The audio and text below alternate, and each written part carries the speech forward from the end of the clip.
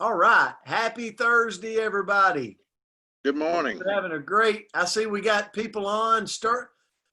Mr. Jones has joined us this morning. Good to have you this morning, sir. Um, welcome. And if you're a guest, we're super grateful and happy to have you on the Coach's Corner.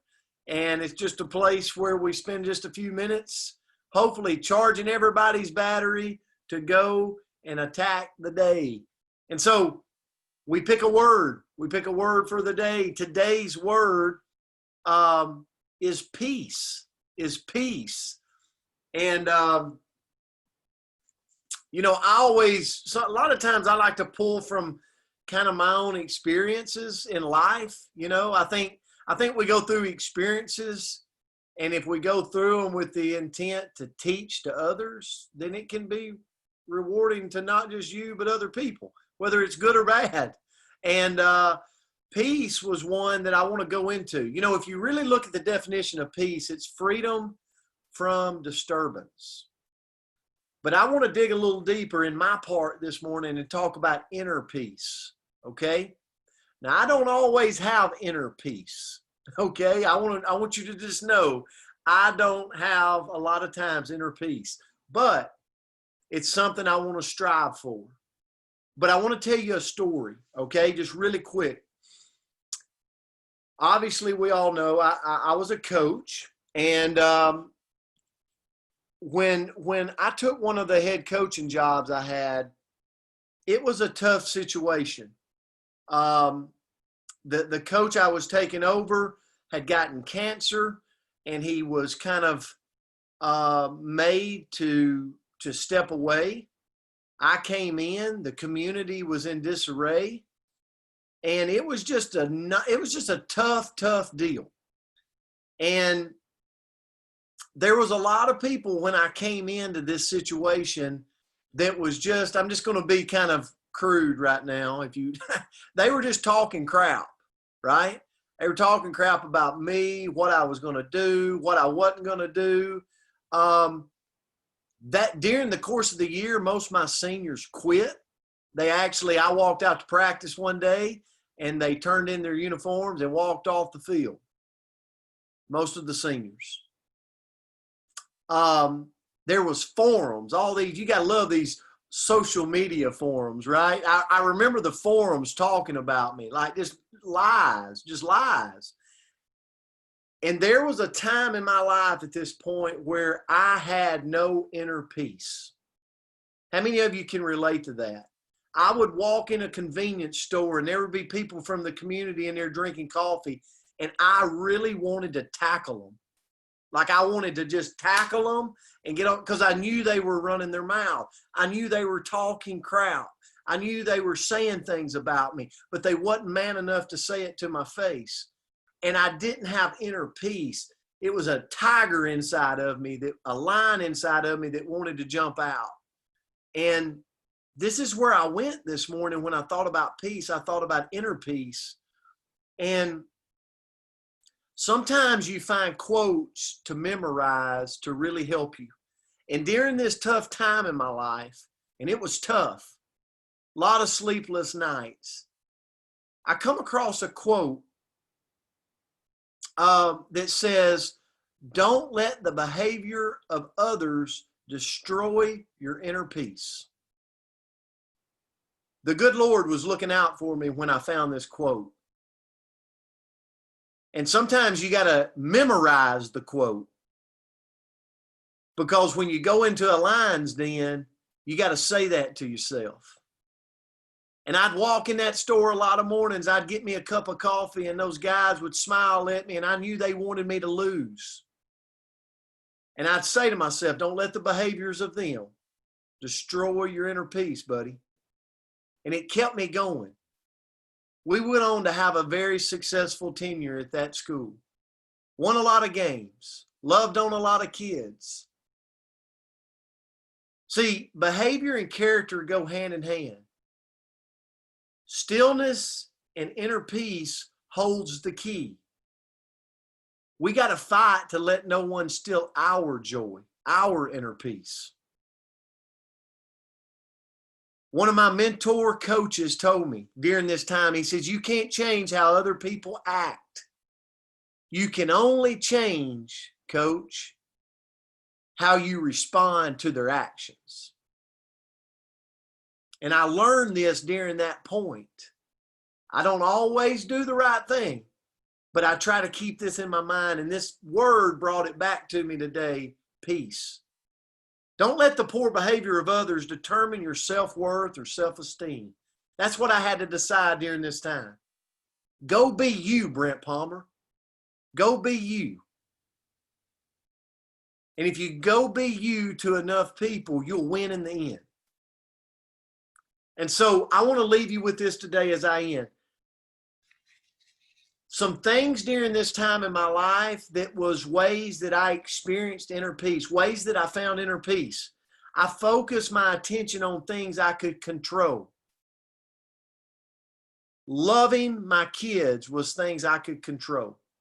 As bad as things got, I loved my kids more during that time, and I could control that.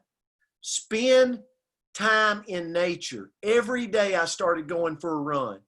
Every day I got out. It cleared my mind. Maybe it's a walk, but it was a run for me. It got me through that time. Do good deeds. The more people came at me, he said, do good deeds, Brent. We started doing a taste of the town on Wednesday night with my kids.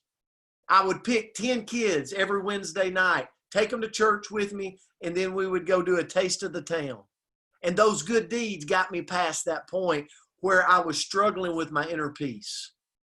And then the last thing was be assertive. At the end of the day, be assertive. Let people know where you stand and let people know your beliefs, and don't waver. And those are the things that when I look back, the word peace and the inner peace in my life at that time was a great, great learning thing for me. Something I don't always follow, but times like this, it really brings me back down to my roots of what I learned during that time in my life. So, Coach, I'm going to turn it to you. Thanks, Coach.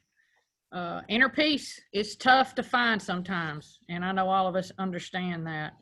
I'm going to try to be as brief as I can, but now you may feel like you need to pass the collection plate when you get to the end of my little message today, because I may be doing a little preaching today. So excuse me for the preaching. So, but again, when Coach sent me this word, I was like, oh, how profound and how perfect is this? And again, I go into it and doing research in a different way than what I immediately look and think peace is, because I'm trying to better me too. And actually what I have found out, there are two kinds of peace. I don't know if you've ever heard that before, but there are, but let's talk about what is true peace. It's about looking at yourself in the mirror every single day and not feeling guilty about anything. It's about being happy with what we have and not being stung by jealousy on seeing others have more. It's about feeling the joy of life and sharing the joy by helping others. That's what Coach was just talking about, the good deeds and helping others. The two types of peace that we have is, first one is positive peace. Positive peace is peace with justice for all.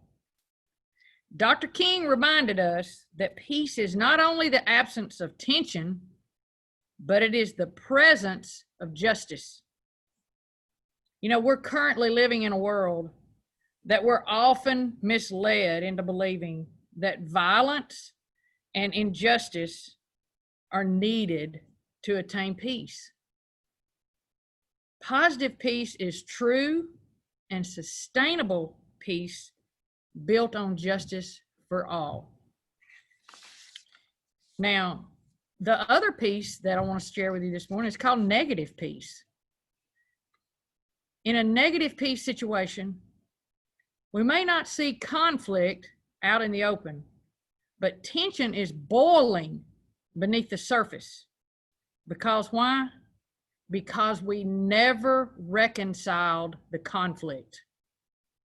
That's a negative piece. I never had looked at it in that perspective, but it is so true. A quote that I want to share with you before I close. Again, it comes from Martin Luther King. I've been a Martin Luther King fan way before all of this mess we have going on in this world right now. He is a very, very awesome person to learn from. Peace is not merely the absence of some negative force, war, tension, confusion, but it's the presence of some positive force, justice, goodwill, and the power of the kingdom of God. Now, right now is when I told y'all I was going to preach. I know, I'm not saying I don't know what religion you are. It doesn't matter. But I think we all believe in something. I'm a God believer. I believe in God. I know without God, I would not be where I am today. But the thing that I want to leave you with is the simple words of a song that we all know. And if we could all join in and sing it, I bet we would. He's got the whole world in his hands. He's got the whole world in his hands. He's got the whole world in his hands. He's got the whole world in his hands. He's got the itty bitty baby in his hands. He's got the itty bitty baby in his hands. He's got you and me, brother, in his hands. He's got you and me, sister, in his hands. He's got the whole world in his hands. That's powerful.